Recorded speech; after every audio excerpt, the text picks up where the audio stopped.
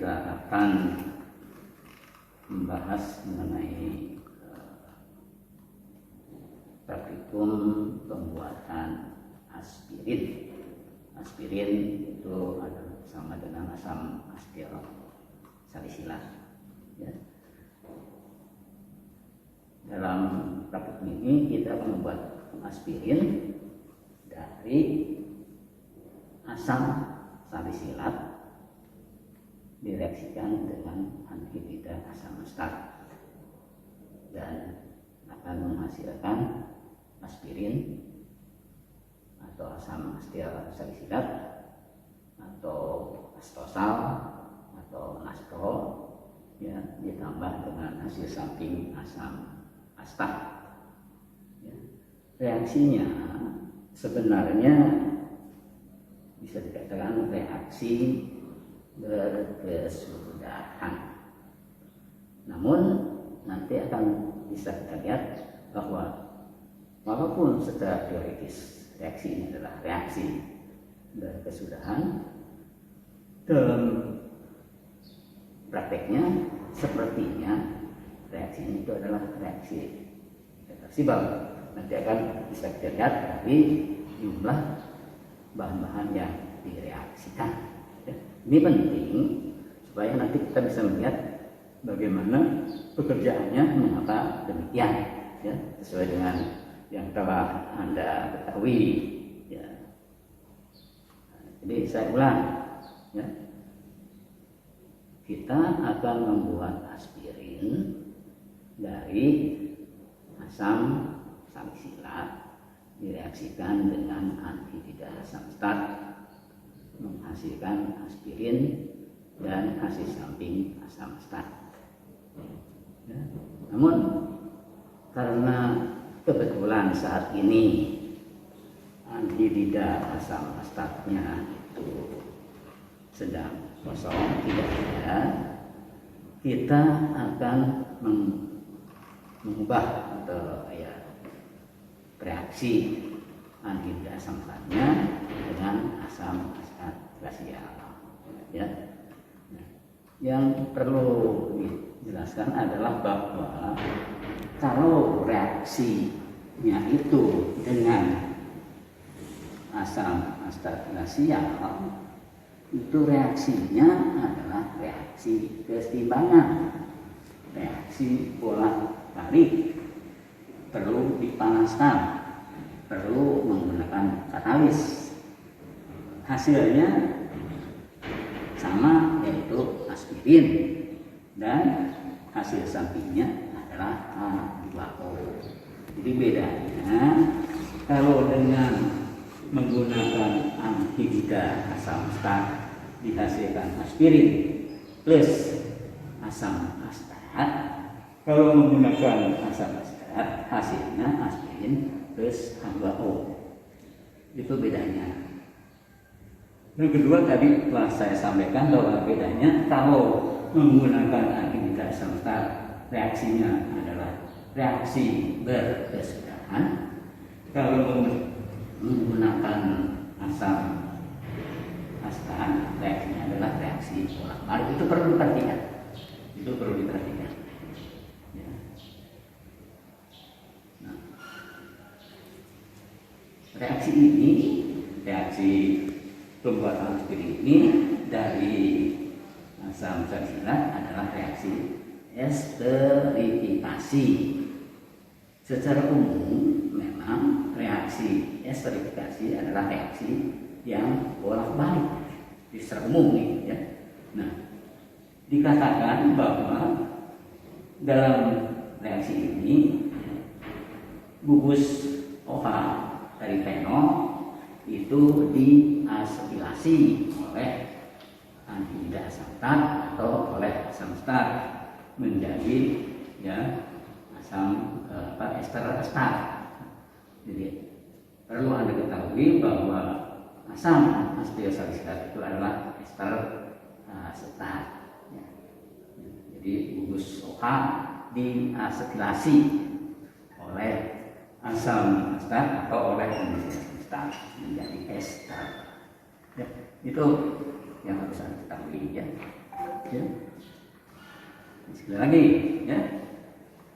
Kalau menggunakan anhidrida asam astat, itu reaksinya sebenarnya reaksi berkesudahan secara teori.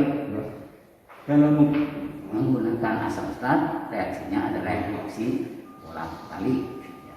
Ini yang akan kita kerjakan. Ini yang akan kita kerjakan. Jadi kita tidak akan menggunakan anhidrida asam astat, tetapi kita akan menggunakan asam astat glasia. Ini saya tidak menuliskan rumus bangun, tapi rumus molekul. Ya. C7H6O3 adalah asam salisilat. Ya. Ini asam salisilat. Ya. Ini C4H4O3 adalah anhidrida asetat. Ya. Dicampurkan, kemudian dipanaskan, ditambah asam sulfat pekat sebagai katalis. Ya. Kemudian secara umum saya tidak akan menerangkan mengenai cara kerjanya atau peragaannya. Ya, menghasilkan aspirin C9H8O4 ditambah hasil samping asam astat, ya, C2H42, CH3COH, ya, CH3COH. Jadi untuk bisa menentukan koefisien, tidak mungkin kita membuat reaksi menggunakan rumus bangun, tidak mungkin, harus dengan rumus molekul. Makanya di sini saya menuliskan rumus molekulnya terkait nanti dengan perhitungannya. Ya. Kemudian kalau kita melihat dari yang kita kerjakan, ini 2 gram, asam salisilatnya 2 gram. Kemudian anhidrida asam astatnya 5 ml. Ya, anhidrida astatnya bisa ulangi. Ini 2 gram. Ini 5 ml.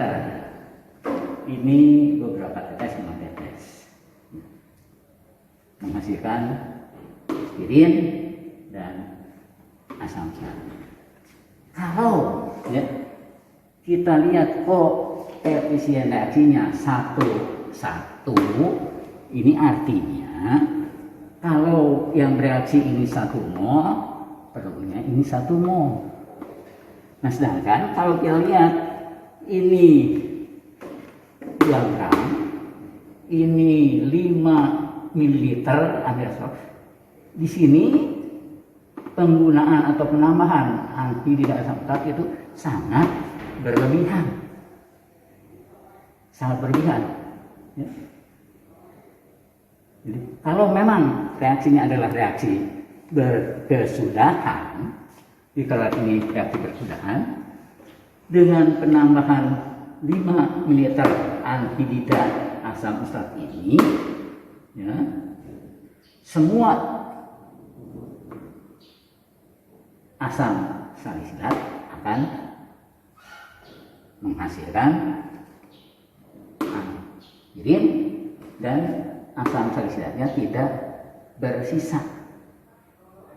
Pada kenyataannya, ya, tidak demikian. Ya.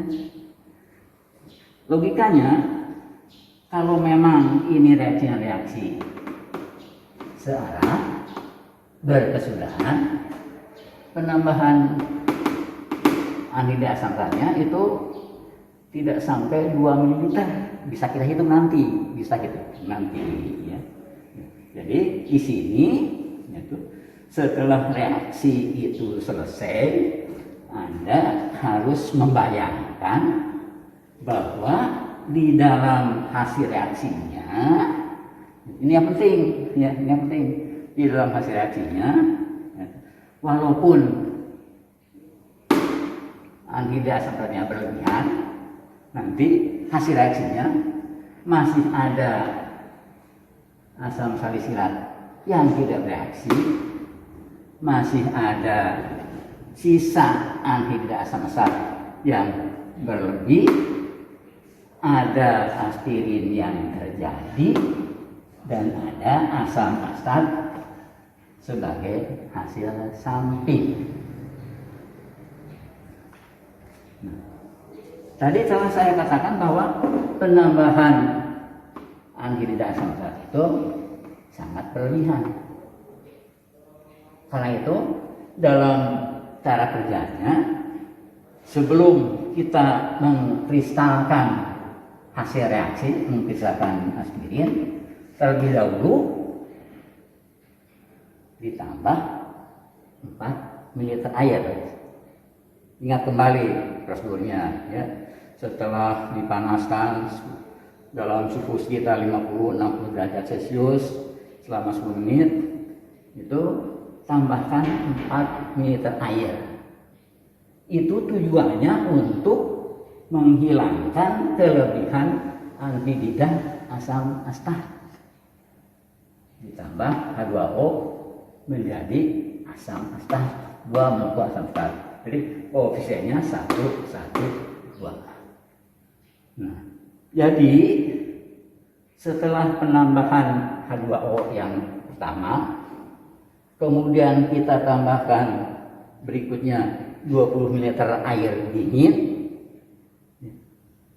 Itu dalam campuran reaksi ada, dalam campuran reaksi tentunya sebelum kita saring itu ada, ya, sisa asam salisilat yang bereaksi, ada sisa anhidrida asam astat tapi sudah diubah menjadi ada asam astat, ya. Ada asam aspartat, ada hasil aspirin, dan ada asam astat. Jadi asam astatnya setelah ditambah dengan H2O dan ditambahkan air, diperoleh dari hasil reaksi dan penetralan anhidrida asam astat.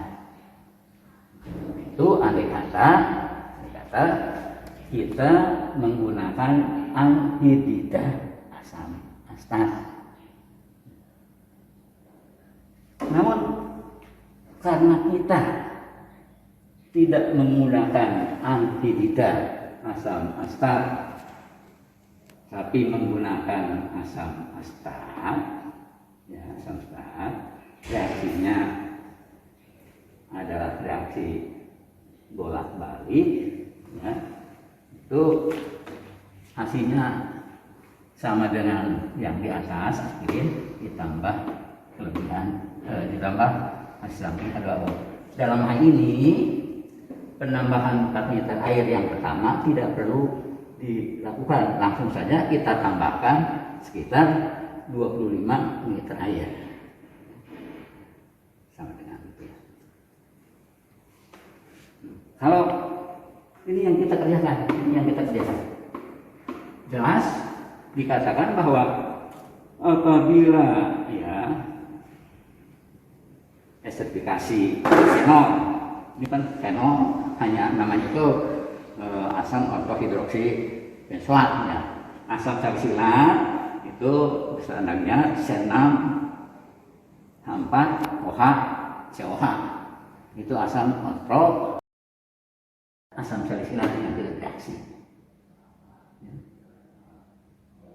dan sudah begitu terkotori juga oleh asam sulfat pekat, ya, oleh asam astat juga, ya. Jadi di atas itu yang ada adalah aspirin, asam salisilat, dan ada sedikit asam astat yang masih menempel dalam sisa pitanya. Pada saat kita cuci dengan air dingin, pencuciannya sebenarnya adalah untuk menghilangkan kotoran. Kotorannya itu pasti terdiri atas asam salisilat yang tidak bereaksi, asam sulfat yang masih ada menempel di kristalnya, ya, dan juga asam apa namanya astat yang juga masih menempel. Dengan pencucian sudah barang tentu lama-lama yang hilang adalah asam sulfat ada di nitrat, asam sulfat ada di nitrat,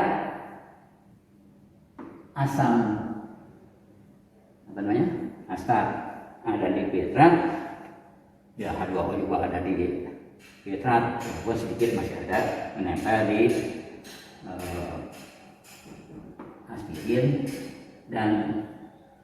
aspirin dan kelebihan asam salisilat. Nah sekarang pencucian itu dilakukan dengan air dingin, ya. Tujuannya jangan sampai itu aspirinnya itu larut sebenarnya, ya, karena kelarutan aspirin dalam air dingin itu akan jauh lebih kecil daripada kelarutan aspirin dalam air panas.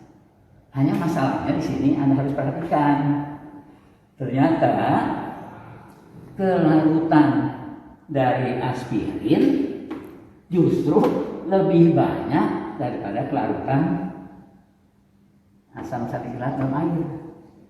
Jadi kalau hasilnya, ya, masih banyak asam salisilat yang tidak bereaksi, tujuannya Anda ingin menghindarkan atau menghilangkan, ya, kotoran asam salisilat dari aspirin yang terjadi, ya, kalau jumlahnya banyak, jadi banyak juga aspirin yang kelarutan, karena kelarutan aspirin justru lebih banyak daripada kelarutan asam salisilat.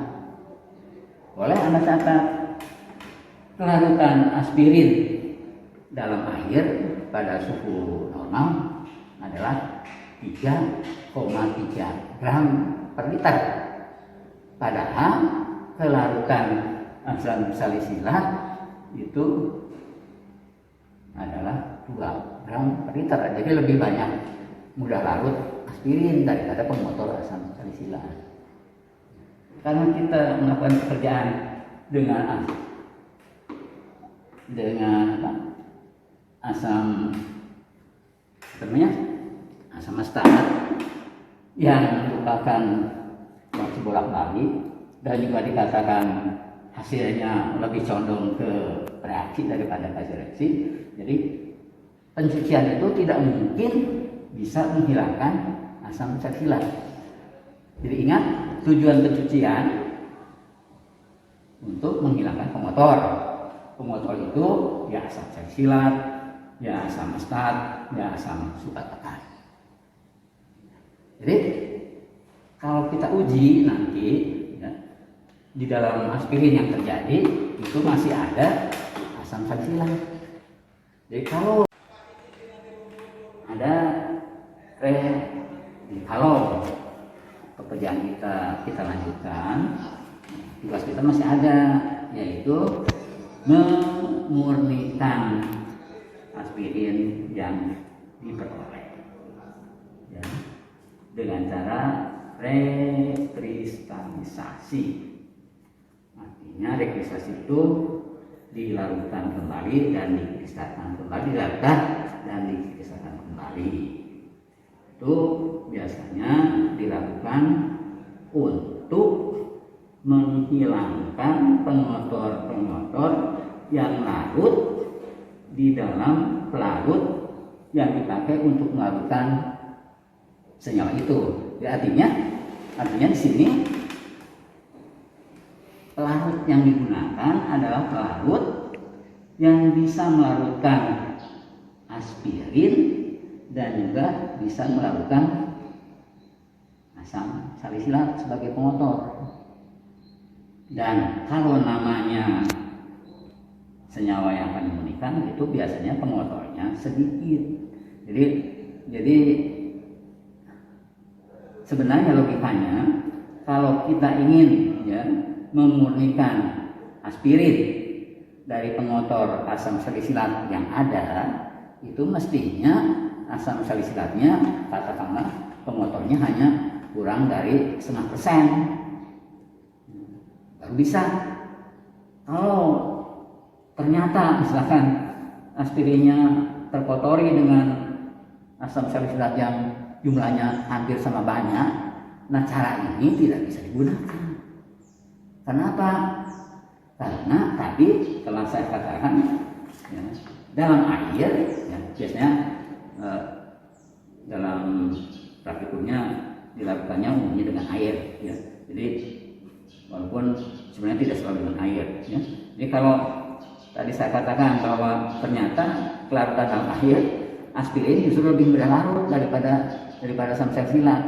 Jadi kalau misalkan ya, sekarang prinsip dari rekalisasi, zat yang akan dimurnikan dilakukan dalam suatu pelarut yang pelarut itu ya sukar melarutkan di dalam air dingin, di dalam keadaan dingin tetapi mudah melakukan dalam keadaan panas. Jadi kita harus mencari suatu pelarut yang kelarutannya menurun apabila didinginkan. Akhirnya pelarutnya lebih dingin, maka senyawa itu sukar larut. Itu intinya. Sehingga kalau nanti ya, senyawa yang akan dimurnikan itu sudah dilarutkan ya, dalam keadaan panas, kita harus menambahkan pelarut yang jumlahnya sangat sedikit asal bisa larut, jadi hampir jenuh lagi ya. Nah, dalam keadaan panas. Nah, pada saat itu di dalam larutan itu ada larutan dari aspirin yang hampir jenuh, kemudian ada asam salisilat yang terlarut, tetapi kan awalnya jumlahnya kecil, konsentrasinya itu sedikit, encer. Sehingga setelah kita dinginkan, ya, yang akan mengkristal adalah aspirin, tetapi asam salisilatnya tetap dalam larutan, karena larutan encer itu walaupun didinginkan itu sulit mengkristal. Jadi dengan cara itu, dengan cara berulang-ulang ya tuh, aspirin kita lakukan dalam air ya, lama-lama pengotor asam salisilatnya makin tidak ada. Lakukan pisahkan pengotor aspirinnya atau pengotor asam salisilatnya berkurang 2 kali 3 kali, misalkan akhirnya aspirinnya masih ada, pengotor asam salisilatnya jadi hilang. Itu yang sesungguhnya. Tapi di sini kalau kita lanjutkan, rasanya tidak mungkin kita peroleh aspirin yang murni dengan cara ini, karena tadi telah saya katakan itu kalau reaksinya dengan asam astat glasial itu banyak sekali asam salisilat yang tidak bereaksi. Nanti katakanlah jumlahnya hampir sama banyak. Jadi kalau dilarutkan dalam suatu pelarut, kedua-duanya larut, kedua-duanya hampir jenuh, pada saat didinginkan kedua-duanya mengkristal. Jadi tidak bisa kita lakukan. Jadi ingat, prinsip rekristalisasi adalah kita harus melarutkan senyawa yang akan dimurnikan dengan suatu pelarut yang kelarutannya dalam dingin itu sangat sedikit, tetapi agak mudah larut dalam keadaan panas, sehingga pada saat didinginkan senyawa itu kembali mengkristal. Sedangkan kotorannya karena jumlahnya sedikit, konsentrasinya pada saat itu kecil, pada saat didinginkan tidak ikut mengkristal. Jadi kalau kita saring, maka pengotornya ada dalam pihaknya, asal aspirinnya ada di dalam saringan. Ya, itu prinsip daripada rekristallisasi. Jadi intinya itu kita harus mencari pelaut yang bisa melakukan kedua-duanya, ya, baik pemotor maupun senyawa yang akan dimurnikan. Nah, itu penjelasannya. Jadi barangkali yang perlu saya ulang adalah bahwa secara teorinya, ya,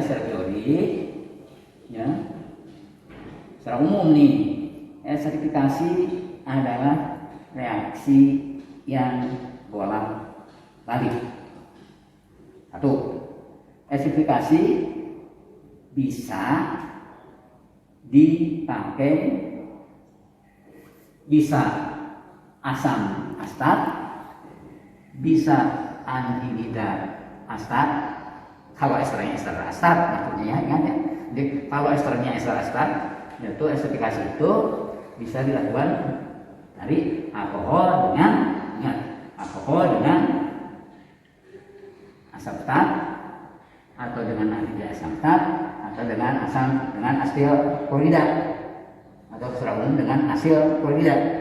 Nah, dari ketiga reaksi ini, ya, kalau reaksinya dengan asam astat, reaksinya reaksi bolak-balik, perlu dipanaskan dan pakai katalis.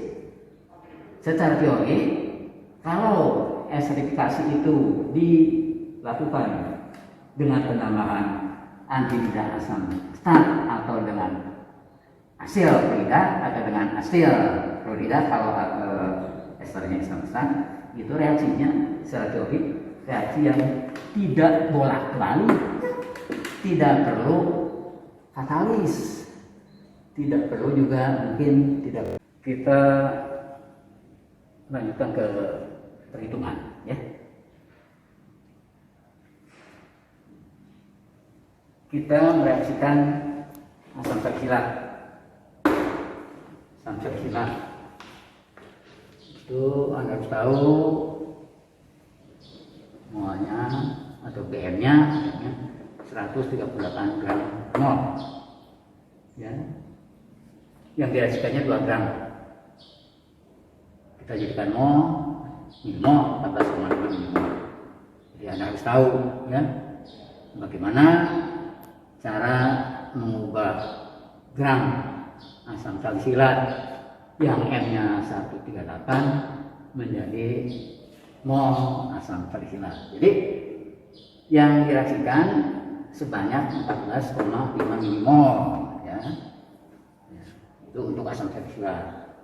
Sekarang mari kita lihat anhidrida asam astat. Nih, M-nya 102 gram per mol, ya. Ditambah 5 ml. Karena BJ-nya 1,08, maka beratnya 5,40 gram. Gram ini harus dijadikan mol dibagi dengan 1,2, ya. Jadi jawabnya adalah 52,9 mol, ya. Jadi saya kembali berarti 14,5 milimol asam salisilat direaksikan dengan 52,9 milimol anhidrida asam astat. Berdasarkan reaksi, andai kata semua asam salisilat sebanyak 14,5 milimol ini bereaksi, maka anhidrida asam astat yang reaksi itu hanya 14,5 milimol. Jadi sisanya ini banyak sekali, ya. Jadi Anda menambahkan 5 ml, ternyata yang diperlukan hanya 14,5 milimol anhidrida asam astat. Ternyata, ya, kalau dihitung, Anda bisa hitung, ya, kelebihan anhidrida asam astat itu atau asam astat, anhidrida asam astat yang reaksi itu hanya 1,37 ml, ya. Jadi ini yang terpakainya 1,37 37 ml, andai kata semua asam salisilat 2 gram itu habis, jadi sisanya itu banyak ya. Dari sini mengindikasikan bahwa reaksi dengan anhidrida asam salisilat pun anhidrida asam satu maaf itu adalah reaksi bolak balik. Itu ciri ya suatu reaksi ya, misalkan reaksi yang bolak balik ya, reaksi yang bolak balik ini agar hasilnya bertambah banyak, salah satu reaksi ditambah berlebihan. Jadi di sini baik pada saat kita menggunakan anhidrida asetat maupun menggunakan asam asetat, ternyata anhidrida asam asetat itu ditambahkan sangat berlebihan.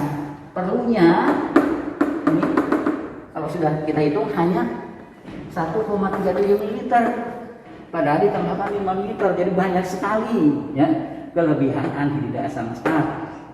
Makanya kalau kita mereaksikan dengan anhidrida asetat, ada reaksi penetralan dari kelebihan anhidrida asam asetat menjadi asam asetat. Nah, itu di sana ditambahkan tambah 4 liter. Nah sekarang ini kita kerjakan ya. Yang kita kerjakan asam salisilat dengan asam asetat glasia. M-nya 60 gram, BJ-nya 1. Ditambahkannya kan sama, hanya diganti saja. Ada 5 liter, ini juga 5 liter. Ternyata ya, kalau tadi 5 liter itu 5,40 gram, sekarang 5 liter itu 5,25 gram karena BJ-nya lebih rendah. Tetapi karena M-nya lebih rendah, maka 5 liter itu, kalau tadi 5 liter anhidrida asetat sama dengan 52,9 mol, sekarang 5 liter asam salisilat itu ternyata 87,5 mol. Jadi dengan penambahan asam asetat sebanyak 5 liter, andai kata 2 gram ini semuanya reaksi, kelebihannya sangat banyak ya. Kelebihannya sangat banyak ya. Jadi hanya perlunya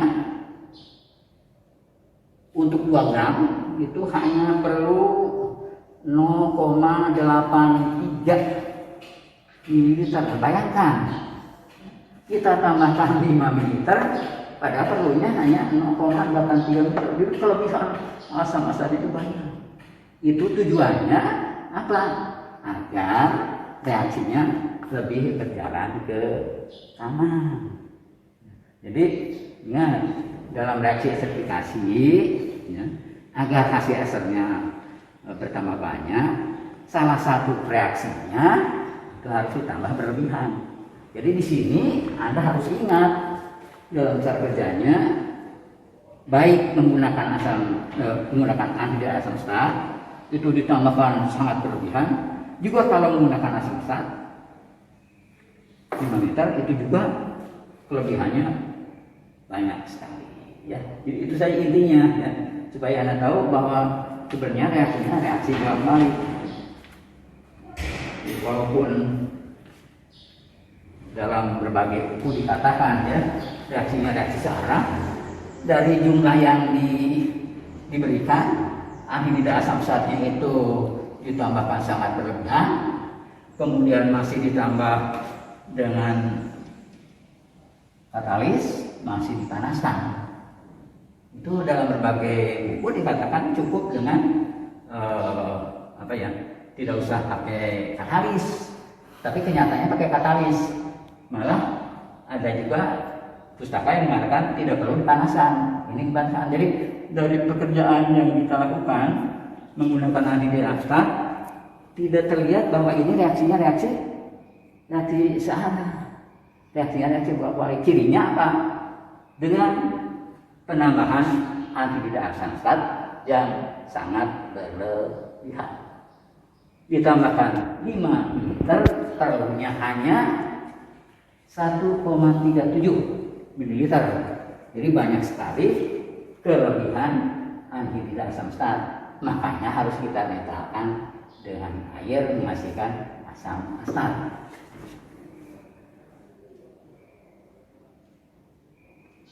Nah sekarang kita harus bisa menghitung. Andai kata, ini andai kata sekarang. Ini 2 gram yang identik dengan 14,5 milimol asam salisylat. Berapa aspirin yang akan diperoleh?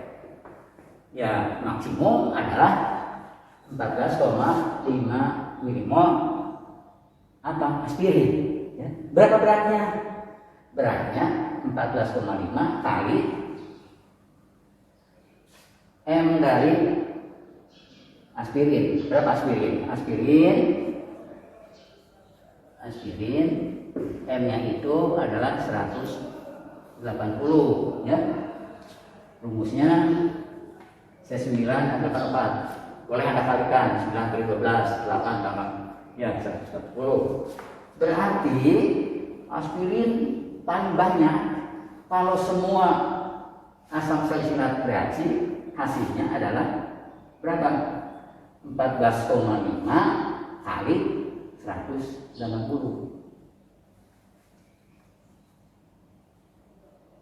Gimana ya misalkan kalau tidak aspirin yang terjadi ya misalnya yang terjadi itu 14,5 kali 180 itu sama dengan berapa ya?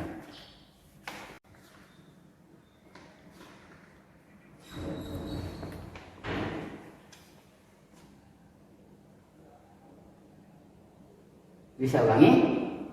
Jadi apabila ini asumsi bahwa reaksi ini asumsi saja ya. Reaksinya searah. Ini 2 gram asam salisylatnya. Ini ditambah berlebihan 5 ml itu sangat berlebihan. Tadi setelah kita hitung ini hanya 0,83 ml. Jadi sangat berlebihan tuh ya. Nah, berapa dihasilkan ini?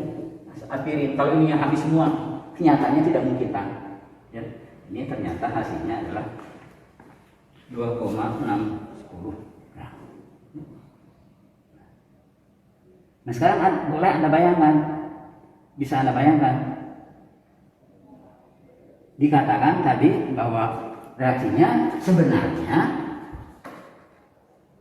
hasilnya itu randomnya itu sangat kecil, jadi lebih keseimbangannya lebih ke reaksi bukan ke hasil reaksi. Katakanlah hanya 50%, hanya 50% yang bereaksi. Berapa aspirinnya yang terjadi? Pasti setengahnya dari 260. Jadi kalau misalkan ya yang bereaksinya hanya 50%, artinya dari 2 gram ini hanya 1 gramnya, hasilnya ini hanya 1,305. Anda juga bisa menghitung. Kalau begitu berapa sisa asam salisylatnya kalau 50%? Jadi sisanya berapa? 1 gram.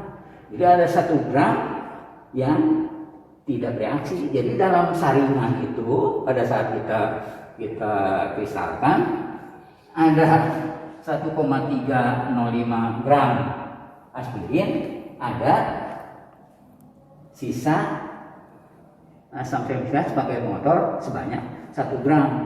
Bayangkan kalau itu harus dihilangkan, dicuci dengan air. Padahal Anda harus tahu asam salisylat itu tadi kelarutannya 2 gram. Ini asam salisylat ini kelarutannya, kelarnya itu 2 gram per liter. Sedangkan aspirin kelarutannya adalah 3,3 gram per liter. Jadi lebih larut aspirin. Jadi aspirin itu kelarutannya larutan aspirin itu 3,3 gram per liter. Jadi lebih banyak atau lebih mudah larut aspirin dalam air daripada asam salsilat. Asam salsilat hanya 2 gram per liter, aspirin malah kelarutannya 3,3 gram per liter. Nah, sekarang kita lanjutkan bagaimana cara kita untuk paling tidak lah mengetahui ya, apakah memang terjadi aspirin atau tidak, ya, terjadi aspirin atau tidak. Tadi pada saat diuji dengan FSA 3 itu pasti warna perak atau warna dan kristal yang di atas juga selalu berwarna ungu.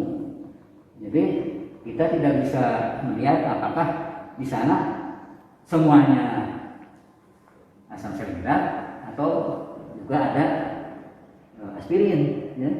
Lalu kalaupun tidak terjadi aspirin, reaksinya misalkan reaksi ini misalkan tidak terjadi ini dan ini hanya ini, toh pasti kristalnya juga tetap ada, ya, tetap ada. Jadi dengan diuji dengan FSA 3 sebenarnya hanya menguji ada tidaknya asam salsilat. Nah di sana kita tidak bisa mengatakan apakah ada aspirinnya, ya, itu tidak bisa. Ya, sekadar untuk membandingkan, Anda boleh uji ya, kristal aspirin yang terjadi yang di atas, gitu. Anda larutkan dalam metanol, ya, kemudian Anda tambah FSA 3, ya. Bandingkan dengan asam salsilat yang murni, ya.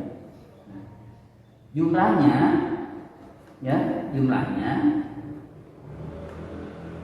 jangan sama, ya. Jangan aspirin katakanlah 5 mg, ya.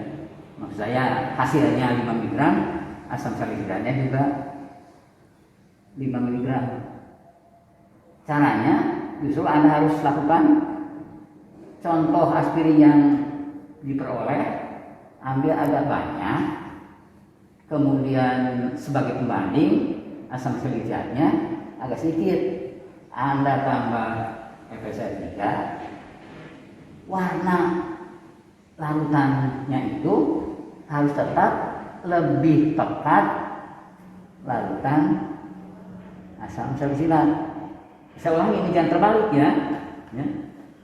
Pada saat Anda membandingkan ya hasil aspirin Anda dengan asam salsilat murni, ya Anda ambil aspirin lebih banyak. Di hasil Anda tuh ambil banyak, misalkan kalau asam salsilatnya 1 mg, katakanlah aspirin hasil Anda itu 5 gram. Anda lakukan dengan jumlah yang sama metanol, ya. Anda tambah jumlah yang sama FSA 3. Nah itu warna ungunya harus tetap lebih ungu larutan asam salsilat. Dengan demikian artinya itu ya, di dalam jumlah aspirin yang banyak itu ada sedikit asam salsilat. Jadi jangan dibalik, jangan asam salsilatnya yang banyak, aspirinnya yang sedikit. Ya jelas nanti warna dari larutannya ya akan lebih pekat aspirin asam salsilatnya, itu wajar. Jadi Anda harus balik. Contohnya beberapa kali lebih banyak, asam salsilatnya sedikit, ditambah dengan FSA 3, warna pembanding itu harus lebih pekat. Nah, itu caranya. Tapi di sini nanti Anda bisa lihat ternyata secara kasat mata tidak bisa dibedakan. Karena apa? Karena memang masih banyak sekali asam salisilatnya. Jadi wajar warnanya pekat. Nah, cara yang kedua yang juga bisa Anda lakukan adalah dengan cara melihat titik lelehnya. Bagaimana titik lelehnya? Ternyata titik leleh asam salisilat dan titik leleh aspirin itu berbeda jauh. Aspirin titik lelehnya sekitar 135 derajat Celcius. Jadi saya ulangi, aspirin titik lelehnya adalah 135 derajat Celcius. Sedangkan asam salisilat titik lelehnya sekitar 160 derajat Celcius. Jadi silakan Anda coba menggunakan pipa kapiler. Anda uji ya titik lelehnya kapiler dengan pelarut di dalam penanas glycerol. Nah, kalau titik lelehnya ternyata yaitu masih tetap 160, berarti hasil Anda itu adalah asam salisilat. Tapi andai kata sekitar 135 semua contoh itu meleleh, berarti hasil Anda itu murni kira-kira itu murni aspirin. Namun kalau titik lelehnya mulai 135 sampai 160 terus, itu berarti ada campuran antara aspirin dan asam salisilat. Nah, itu kan saja barangkali yang perlu Anda ketahui ya. Jadi di sini yang perlu saya tekankan, dengan menggunakan reaksi FSR3 kita itu hanya untuk mengetahui ada tidak kotoran, ada tidak pengotor asam salisilat di dalam aspirin, tetapi tidak bisa melihat ada tidak aspirinnya, tidak ada, jadi tidak bereaksi. Ya kalau murni aspirin memang dengan FSR3 warnanya itu warna FSR3, tapi kan jarang nggak bisa. Sayang kita nanti praktiknya tidak sampai dengan rekristalisasi. Jadi kalau Anda baca cara rekristalisasi aspirin yang terjadi itu dengan melakukan hasil pertama dengan 8 ml alkohol, mungkin itu tidak larut semua, Anda tambahkan air, jika tidak larut dipanaskan sampai melarut, kemudian didinginkan, hanya itu. Ya, nanti di sana akan dihasilkan aspirin yang lebih murni dan asam salisilatnya tidak ikut dalam kristal. Barangkali itu saja ya yang bisa saya sampaikan. Mudah-mudahan Anda bisa memahami dengan baik. Saya akhiri dengan Assalamualaikum warahmatullahi wabarakatuh.